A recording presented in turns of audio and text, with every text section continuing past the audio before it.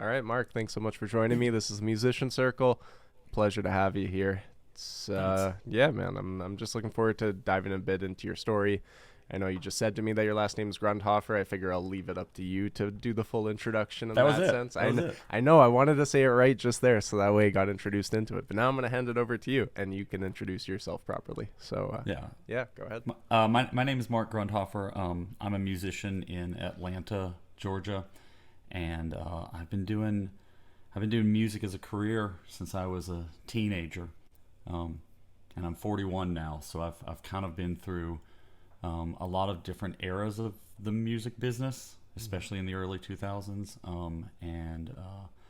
This is what I do for a living, and it has its ebbs and flows, and its low points and its high points. And honestly, right now I'm in a really good place. I'm playing a lot, working with a lot of cool people, and get to do exciting things like podcasts and other sort of events, and we can talk about kind of any of that stuff. I just filmed a pilot for a TV show, Super and cool.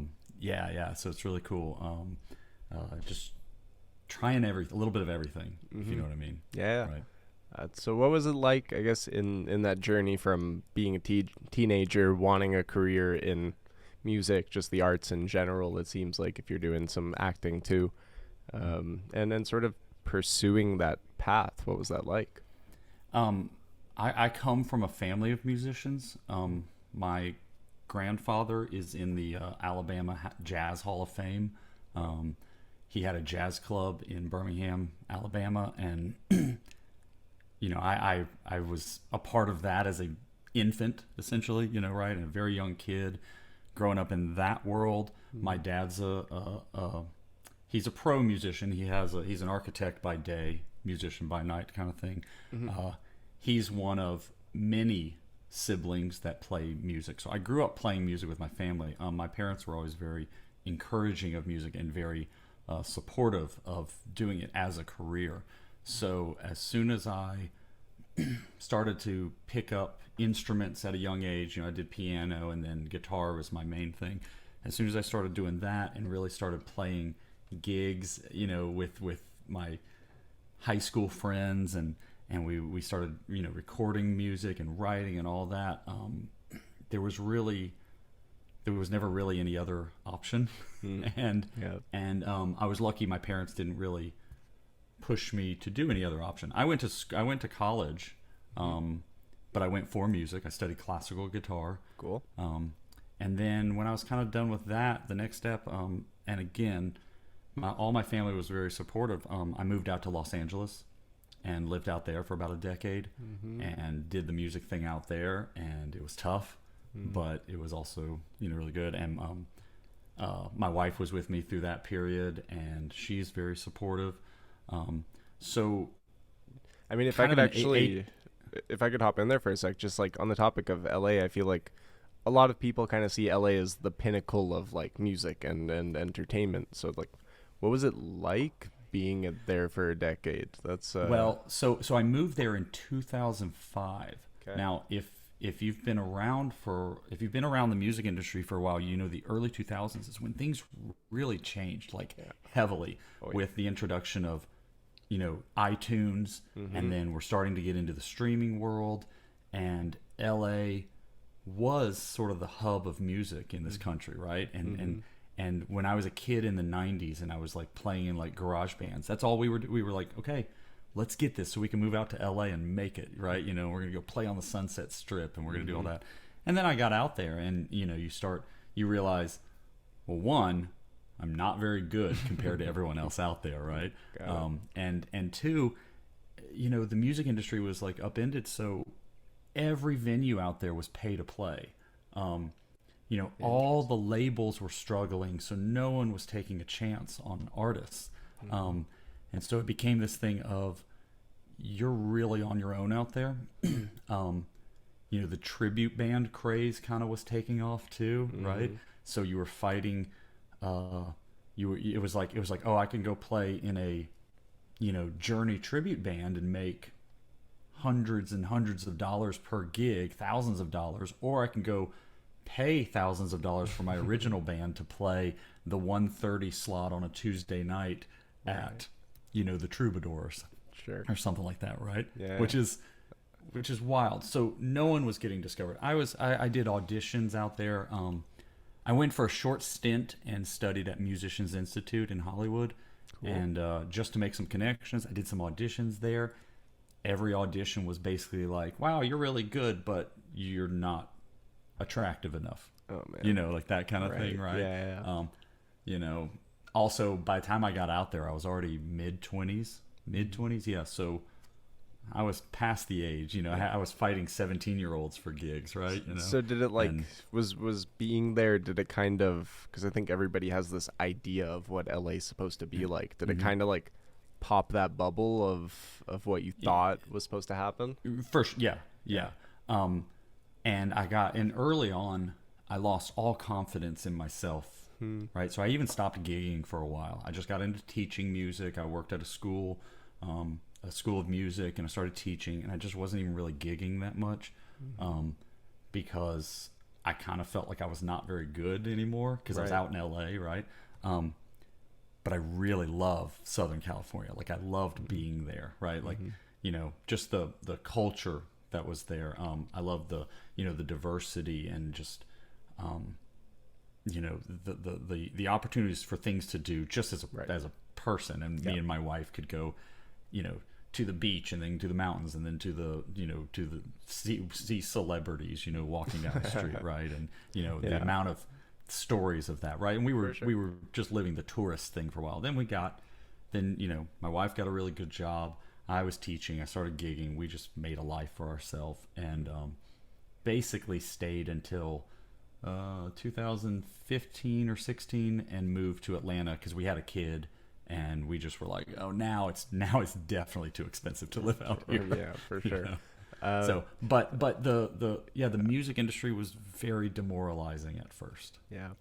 So like in that period of demoralization, I guess, like, it's very easy to get caught up in patterns of, I guess, comparison, or just feeling like, we're not as good as the musician next to us. So what was it like, I guess, going through that period of time where, the confidence was low, and the feelings were just kind of, heavy? Well, that's what I mean. Yeah, it was. I mean, that's exactly what it was. And it was like, I don't even want to go, like, like, I don't even want to put myself out there. Right. And when I did put myself out there, I started picking up gigs with bands that I just didn't like, or with genres of music that I didn't like, and then I still wasn't getting paid very well, So it was like nothing was really happening, and it was, luckily for me, I feel very lucky because, again, my family, not only has my family always been morally supportive of this, but they've been fairly financially supportive when it gets really bad, right? Nice, and my wife has always been able to get a good job, so. It wasn't until we started getting a little bit of financial security that I started kind of putting myself back out there, and playing with some bands that I enjoyed.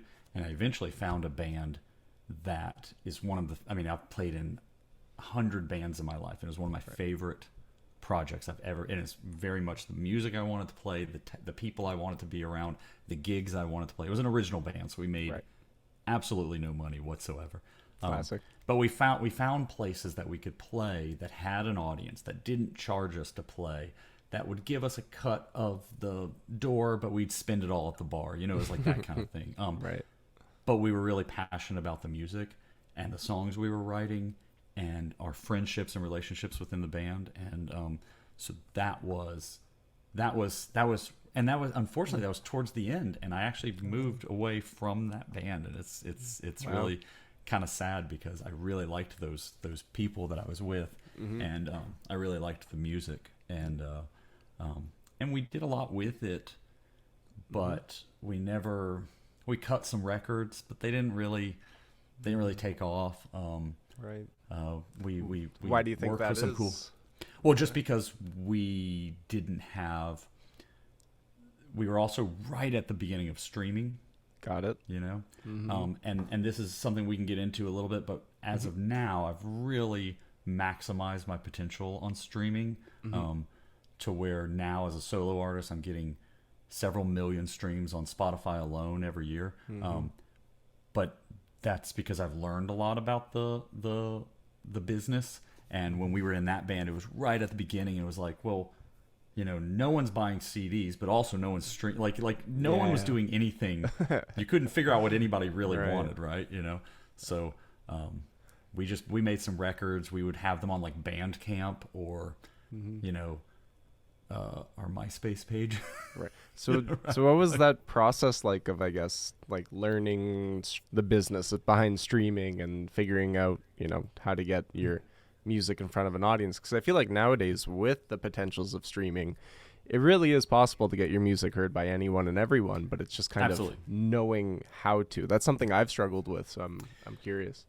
Well, what and I work with a lot of my students on this now, and I work with a lot of local artists here in Georgia on this. The absolute key is collaboration. So I'm, as a solo artist, I make instrumental music. Now when I say instrumental, I mean like jazz fusion-y kind of stuff. Sure. Probably in the realm of like Pat Metheny, but a little bit more rock-ish, like maybe like a Jeff Beck or something. It's all guitar driven. It's all heavily composed, and then there's lots of improvisation. So my music is a little bit different than the average because I find a lot of success with my music playing in the background at a cafe, or tons of businesses just put my playlist of my songs on in the background, right? Because nothing is really that aggressive and and it's good for studying because there's no words, right? Right. So in that, but that's always the music I've really enjoyed. Pat Metheny, Larry Carlton, Alan Holdsworth, like those kind of guys I really love. So that's what I'm doing. So when I first started doing that, I released my first solo record in 2016 or 2015, and I immediately saw the value in like playlisting on Spotify. Right now, at that time, no one was charging for playlists. There were no bot-driven playlists. It was literally you make a playlist, boom, there it is. Right. So I did get, it is a little bit of luck because I built my own playlist that I still have, and they grew exponentially because there wasn't a lot there. Right. But in doing that and sort of like seeing some other playlists, I just reached out to some different people that I saw, some other artists, right? And I ended up getting with this group of similar artists, and we built a Facebook page that it's a private page that we still all have. And we have a couple hundred similar artists, and we just work together, not only by building playlists, and it's not a listener thing. Like, it's not like, hey, you stream my playlist, I'll stream yours. It ain't that, because we don't do, this is the whole mentality was organic, right? Like, real, not bots, scam, pay to play, any of that kind of stuff. So we just started doing that, and people would reach out to me and they go, hey, I see your playlist has a lot of like action. Can I get a song on there? Right. And I'd be like, let me listen to it. If it fits, absolutely. And then if it fits, and then I start a conversation with that person. I go, right. Hey, do you have a playlist that I can be on? Great. Do you want to write a song together and put it out? Nice. Great. And so I started doing that. So I have songs with all these different artists. And if I release a song with another artist, there's two people that are now promoting it, right? And there's two fan bases that we're now reaching. And so I've done that with so many different artists, and I even have like some other of my own like fake bands, right? Where I release some like different, like I have one artist I release instrumental covers, right? I have another artist I just started, which is actually doing like more heavy metal, prog kind of stuff. Cool. But again, they're all collaborating with different people. And that is how you really like get the algorithm to favor you, like more than anything. And it becomes an algorithm thing. So now I have, like right now I could pull up like just my Spotify or my Apple Music and I do this on all the platforms. And, there's 30, 60, 100 people listening at any given moment, right?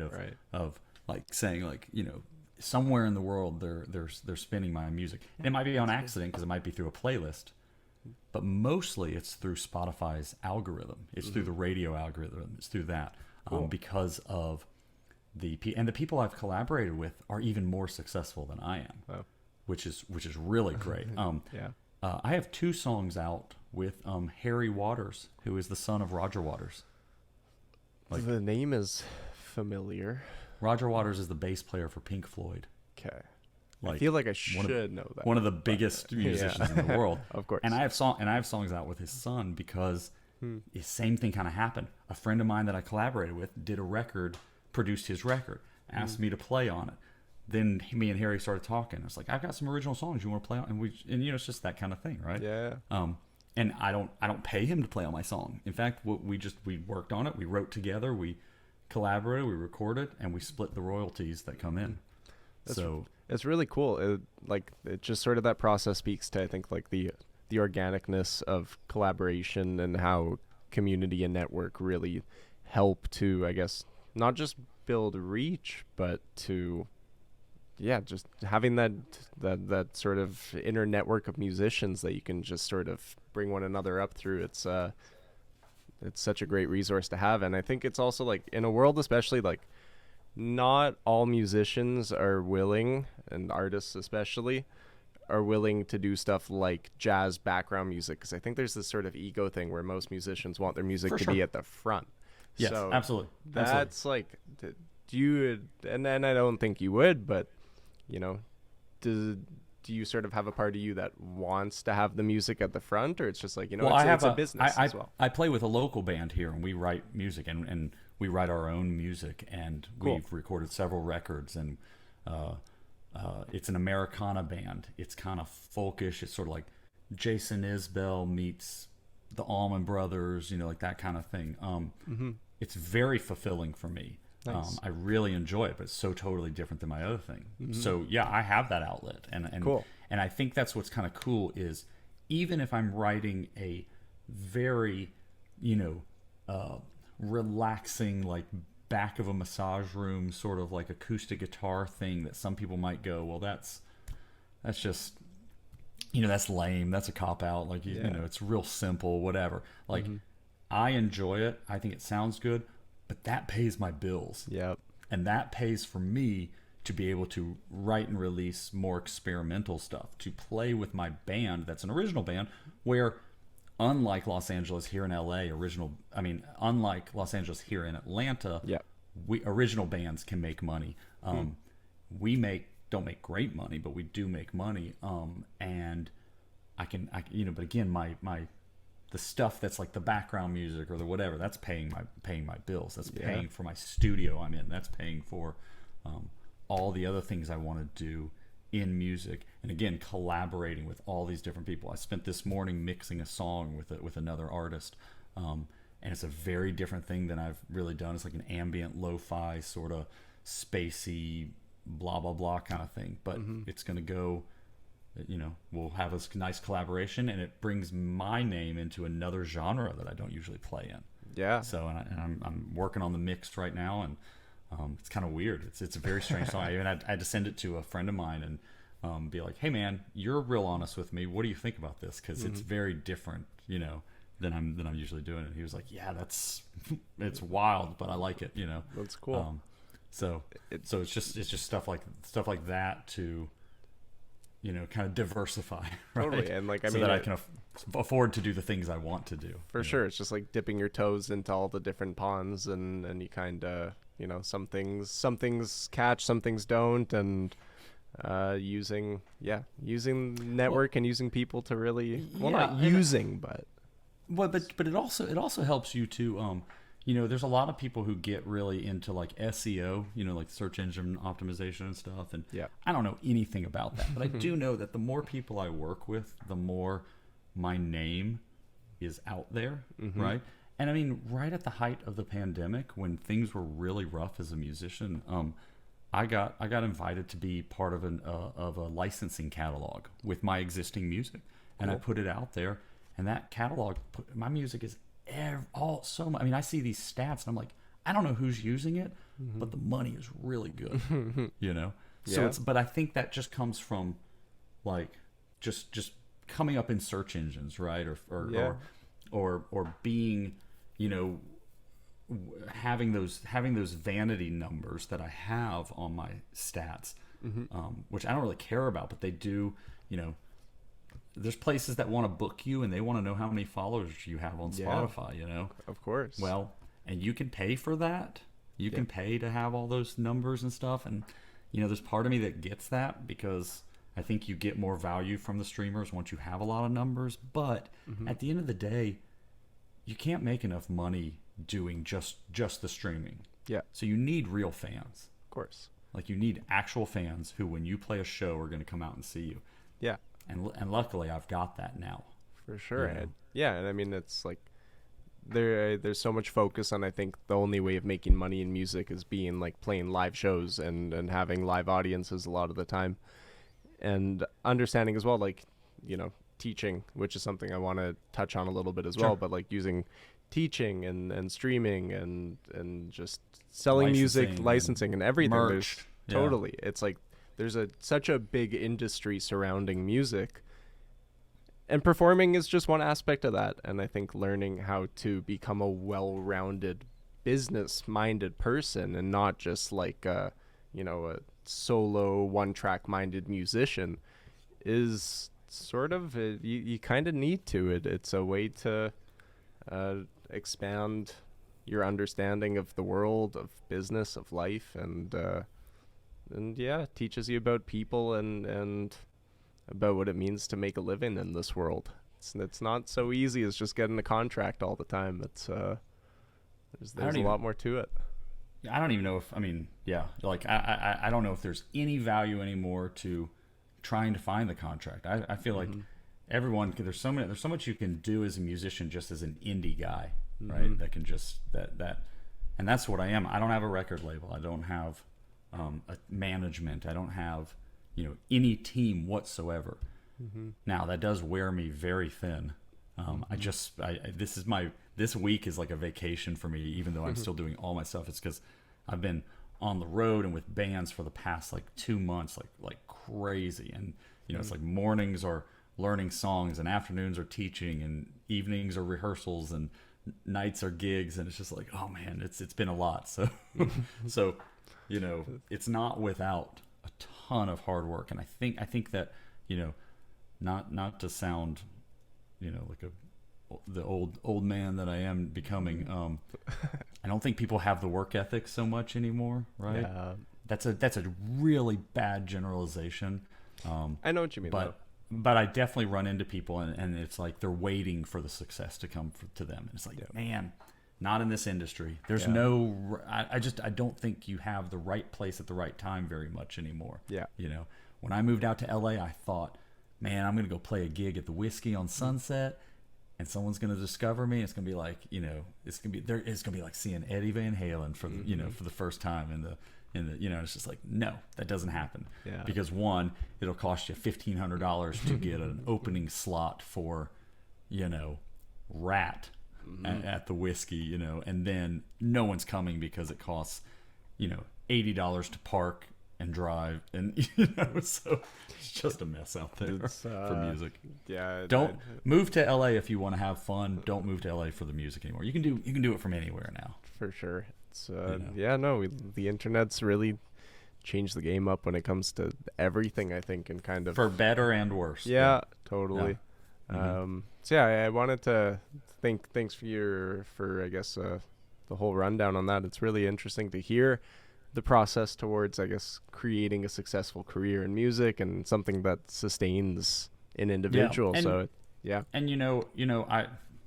I'm not here to like, I'm here to, again, this is a collaborative thing. This is me connecting with you. We kind of met online. I really enjoy connecting with people. I'm not here to necessarily plug, but I do, as part of teaching is I do like coaching on the Spotify stuff. Yeah.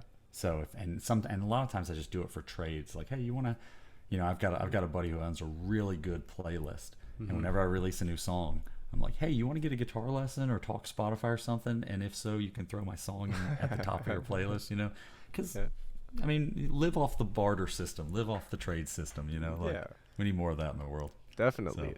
So. It's too much focus on money and less, yeah, just having those like nice sort of trades where it's like, hey, I'll scratch your back, you scratch mine. And it's like it's a Exactly. I nice mean, way for everyone to win. that's how it all works, man. Like, Yeah, that's how we all get there together. There's room for everyone at the table. yeah, We just gotta kind of figure out where we fit in, right?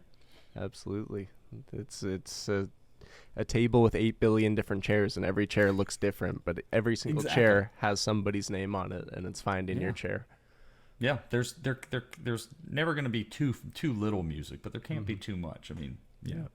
it's kind of amazing, right? Like on a separate thing, like it's just kind of amazing, like to Oh, live in this time when we have.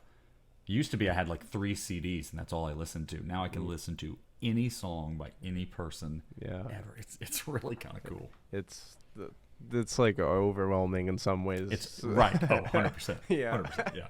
Yeah. Big time. Yeah. Cool. So I'm curious about like teaching as well. What got you into the teaching? I needed a job Yeah. in college. Fair enough. In college, I needed some income besides gigging.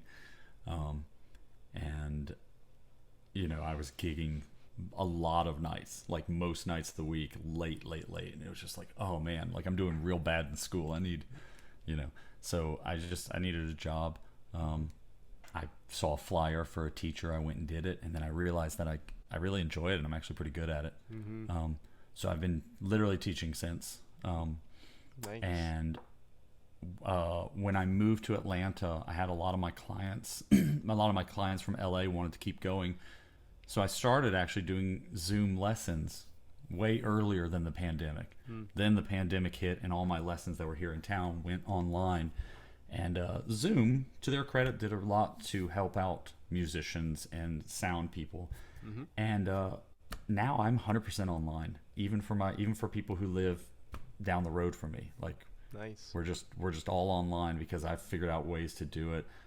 In my studio, I have multiple cameras. I have the sound systems. I have keyboards and guitars and all that, and good big old camera. And so it works out. I love teaching kids. I love teaching teenagers especially, and I have a lot of adult students. But I work with a lot of teens, and I have seen some of the best players ever. I got two or three students right now that are just going to have my job real soon because they are so good, man. The talent that I'm seeing these days, it's pretty exceptional. So what would you say are like some of the components that make up, you've obviously, I'm assuming in teaching, seen the students that kind of fizzle out and seen the students that end up really pushing themselves and just getting better and better. So what would you say are kind of those qualities that make up a musician that that ends up not necessarily going somewhere but just making something of their pursuit in music? It's real simple. It's support from their family. Interesting. Because some people put their kids in lessons just to give them something to do. Yeah. And I get that, right? Like I understand that. But other people put their kids in lessons because they feel like maybe they see there's some creativity in them, right? And they want to foster that. But beyond that, they also, play records in the house. They listen to, stuff that's maybe not on the radio. They take them to shows. They go see, maybe there's a festival, or maybe they'll go eat at a restaurant where there's just like an acoustic guitar player or something, right? Like they like cultivate that love of music in the kid. And those are the kids I don't have to get on about practicing. I don't have to even structure the lessons because they always bring stuff, right? I have a 9-year-old daughter. She's taking piano lessons with the woman who owns our company. I don't have to. She's better than I was at that age, and I had to be begged to go practice piano when I was 9. She just comes down and she just plays all the time, But it's because she lives in a house full of instruments, and even though sometimes there's even complaints, I wake up in the morning and throw music on, like we're listening to music. My wife likes a lot of the same stuff I do, but she also likes a lot of the pop music, and so we get everything in this house from the newest NSYNC song to a 45-minute progressive rock, like like concept record, right? For sure. So my daughter, like my students who are really who are good and who will be successful if they want, they just have that home that supports it. The students I have that don't practice, it's because no one asks them to practice. No one encourages them to practice. The amount of times over the last 10 years, even I've asked even a early teenager, like, hey, what kind of music do you listen to? I don't know. That's always the response. I don't know. It's like, and that is one of the downsides of streaming, right? Because you go put it on a playlist and it plays in the background, right? It's like my music. Yeah. There's a lot of people that listen to my music and have no idea they're listening to me. Well, it's also TikTok and well, right, exactly. Yeah. I get it all the time. They're like, hey, I want to learn that song that's on this TikTok video, and then I listen. I'm like, dude, that's that's Jethro Tull. Yeah. You know what I mean? Like, that's not a TikTok song. That song is to them, 40 years old or something. It has no name. It just has the sound. I do a bit of teaching as well, and that was exactly it. I would ask the one girl, like, what's your favorite music? She's like, I don't know. It's just like, I just hear it on TikTok, and that's it. Right. Like, it's a wild world that we live in. That's what it is. Whereas I don't know about you, but me, I had I'd go down to the record store and just, like, I got all my records right here. Yeah. Just cycle through and go, wow, this cover looks cool. I don't know what this band is. Let's take it home and find out. And then you just sit there and you listen. Yep. Right. God, this is such a boomery sort of, like, this kind of talk that we're having. But it's the truth. We used to sit there and listen, and either at the record sleeve or the CD jacket, and a lot of my younger friends and even my students, they're like, how do you know who played drums on the Jimi Hendrix BBC sessions? How do you know that? And I'm like, because I sat there with the record. That's all I could look at, right? You just read who wrote the song, what the lyrics are, what, who's in the band, that kind of thing. Back when music was the full experience of the album and the record and the sitting there and the speakers and the whole thing. Like, that was, really, when I got deeper into my musical journey, it was like, I was kind of in that hybrid area between the records and the CD and then streaming coming up and all that. But, like, I would go to the record store. I would just go through, like, the $1-2 records. There's so many of them. And you just kind of like, this is a cool cover. This is a cool cover. And you just take them and you come home with, $20 worth of music, and you just sit down and you just play them one by one. And it's like live album and random, I don't know, prog rock album and random something jazz. It's that exploration and that curiosity that really cultivates a broader love and range of music. That it's and I think it's the parents that did what we're taught, that what we did, and now have kids and are still doing that same thing. That's where those are the students that I see who grow up in those households that are, man, they're great. It's almost like natural talent isn't so much the thing. Like, yes, I come from a musician who came from a musician, and my daughter comes from a musician. But is it DNA, or is it just the household that we bring them up in? Yeah. Do you know what I mean? Totally. Right? Like I don't know. I don't know if it's such a, like, even my two sisters. I have two younger sisters. Both of them were fantastic at the piano. And it's like, oh, they have natural talent. But they also grew up in the same household I did. They also both gave it up. So neither of them, play. But, and I think it was mostly a lot because it became my thing, right? And so they had their thing.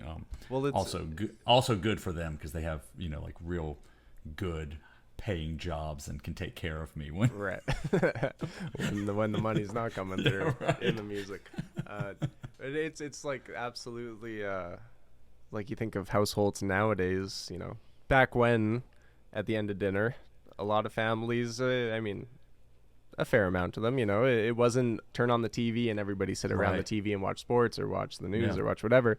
It was grab your instruments, let's sit around, let's play, share music, and share an experience. And it's having that positive experience of music as a kid that I think reinforces the desire for a kid to experience it, because it brings up those warm fuzzy memories of when they were younger and were with their family, and I think in general, like, in some ways that's just missing from music nowadays, where because of how industrialized music has become, it is more about the image and what you see on the screen rather than the intimate connections that music really allows us to create. That's a big area for me, and I guess, like, just on the note of sort of the new family style, like, a lot of adults, there's this potential sort of attitude sometimes that's like, oh, I'm too old to learn an instrument. Right. I'm too I'm beyond my years at this point. I'm sure that my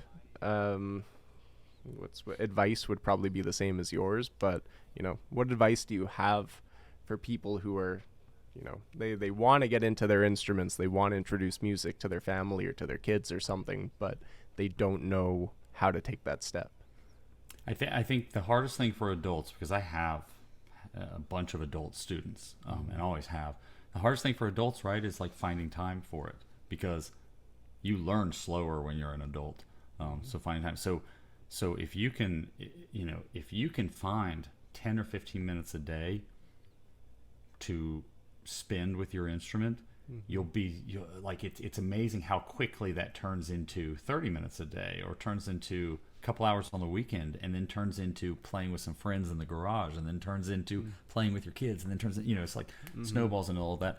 I have a student right now who is, he's got a kid. He's a couple years older than I am. He's played guitar. He's played, air quotes, guitar his whole life. But he just picked up lessons with me a couple years ago, and he went from barely being able to, strum a couple chords to, we just went shopping for a brand new guitar. He spent a lot of money on it. He's got this recording set up at home. He's like recording his own songs. He played for me last night one of his this metal song that he's recording, and I even went, "That's not you on that recording." He's like, "Yeah, it is." I was like even I don't realize how good he's gotten. Yeah. Do you know what I mean? That's cool. But the other thing is, his kid plays, and his kid is in. I run a rock band program. Nice. Where I get kids together. His kid is in my rock band program, and his kid is also, he's like 8, and he's playing with the teenagers, and so the kid sees his dad playing at night, and man, this kid slays on the piano. He just rips it up, and he's like 8 years old, and he's great. So I mean, I see like that family dynamic that we talk about. The dad and the son are able to share in lessons. Yeah. And that sort of that sort of day-to-day process of learning music, they can do it together. And I think that's really helpful. And if you've done lessons, how many times you have the parent sort of in the other room, just, you can tell they're kind of paying attention, they're kind of peeking in, because they're like, a little, because they're a little like interested in it or something. I don't know, Yeah. But I've gotten that a lot, where I get parents that want to come and take lessons because they saw their kids taking lessons or something like that. Which you actually, like, that brings up a really interesting point about finding musicians who are at the same skill level as you, because it can be super intimidating for new musicians to only be around practice musicians, and like when you're around people who are it's always good to be around people who are like just enough better than you that they have something to teach you, but not enough that like they're trying to throw theory your way and you're just overwhelmed with it. Yes. And then in that, you also get to challenge one another, and then you get to lift one another up and offer that that gradual growth and progress in the practicing. So yeah, I mean, it's more just, I guess, another piece of advice is like finding people who are in the same level of you, or at the same level as you in terms of your practice and playing, is such a important part of creating healthy practice routines, and then having a sense of like accountability as well. And music is cool because you can, when you put a band together, it doesn't really matter what the ages are. It is kind of more about sort of that level. And like you said, you don't want someone to be so much better than you, but you really don't want to be the best member of your band, Yeah. right? Like that's that saying of like, you don't want to be the best one. There should be someone, but yeah, like finding some. I know that because I talk to my students and I talk to other musicians all the time. Finding people is really tough to do today in 2023, right? Like so find some open mics, go to shows. I think people forget that because we live in the internet age. Like, musicians really, you still want to be out there and get gigs. I get called all the time for sub gigs. Why? Because I go out and see other people's shows, and I go and contribute to the music community in my area, and I network with people on social media, and it's just all those things you can do to get your name out there. But even as a young student, right, like it's kind of funny. This is something that I talk with my students all the time. I'm like, why don't you find like a drummer in your school that plays? And they're like, I don't know anyone that plays drum. No one in my school plays drum. I'm like, I 100% guarantee you in your school of 500 people that someone plays drums. And it's like, well, how am I going to find them? I'm like, I don't know, man. Like, why don't you wear a Pink Floyd shirt to school or something, right? Or wear a shirt that has a guitar on it. I don't know. Something. But like, it's almost like they just don't talk to each other. But it's like, man, just communicate with people again, and tell people you play instruments. I think a lot of them are afraid to tell people that they play an instrument because there's those levels of cool when you're learning an instrument, right? For sure. And I mean, I think it's also like post-COVID world a little bit where there's just a fear, I think, underlying in a lot of people. Like yesterday, I just hosted something myself that was like a songwriter circle. So it was 5 of us, and we were all sharing our songs and providing feedback. But it's like, we're all dealing with stage fright. We're all kind of worried about this sort of new environment and performing. But like, there's, I think there's a lot of just that human connection that's been lost and missing when it comes to just this internet age, and figuring out how to reconnect with people is, we're bands, relearning venues. a skill. Yeah, everyone is trying to refigure out how to do a lot of this kind of stuff. So, and not to mention, you can't even go to shows anymore because they're so expensive. But I don't even try anymore. I'm not even looking at what's out there. So. Yeah, it's tough, man. We got a lot of really cool local venues around my area, and we have some pretty affordable shows with like national acts that are not like big national acts. Like I went and saw Molly Hatchet the other night. Cool. It was awesome. It was the loudest concert I've ever been to in my life. Really? It was great. They were mediocre at best, but it was fun to see. It's a story. It's just down the road from me, in a very kind of intimate venue. So it was kind of cool. Nice. Cool, man. Yeah, that covers so much, if not everything, of what I was really hoping to get into. Yeah. Great story, great advice. You got anything else that you'd hope to share as well, just kind of as a last piece? Well, no, I mean, I don't really care too much about like, promoting stuff, but everybody can check out my music, whatever. But I did the next step, because I'm always looking for something new to do. And I don't have a lot of info on it, so I can mention it. But we filmed this pilot, my band did, and we're hoping to take that off. So that was fun.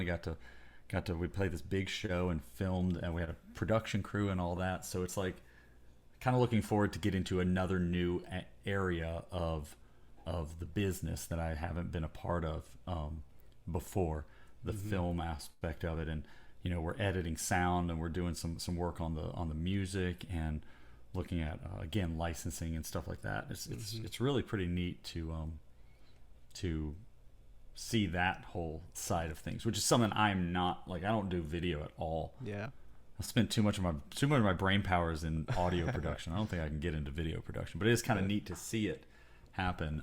And again, that was just through some other connections that I had with my band, and the band had with some people in LA, and all that. So super cool. It's just really cool. It's just to bring home that idea of just make sure that you're networking with people and collaborating, because man, the more people you work with, it's just the more doors that open up. Totally. And I I think it's also a testament to, like, don't be scared to try something new as well. It's yeah. Well, I mean, that's why I'm doing this today. Yeah. You know, I don't know you. Yeah. Right.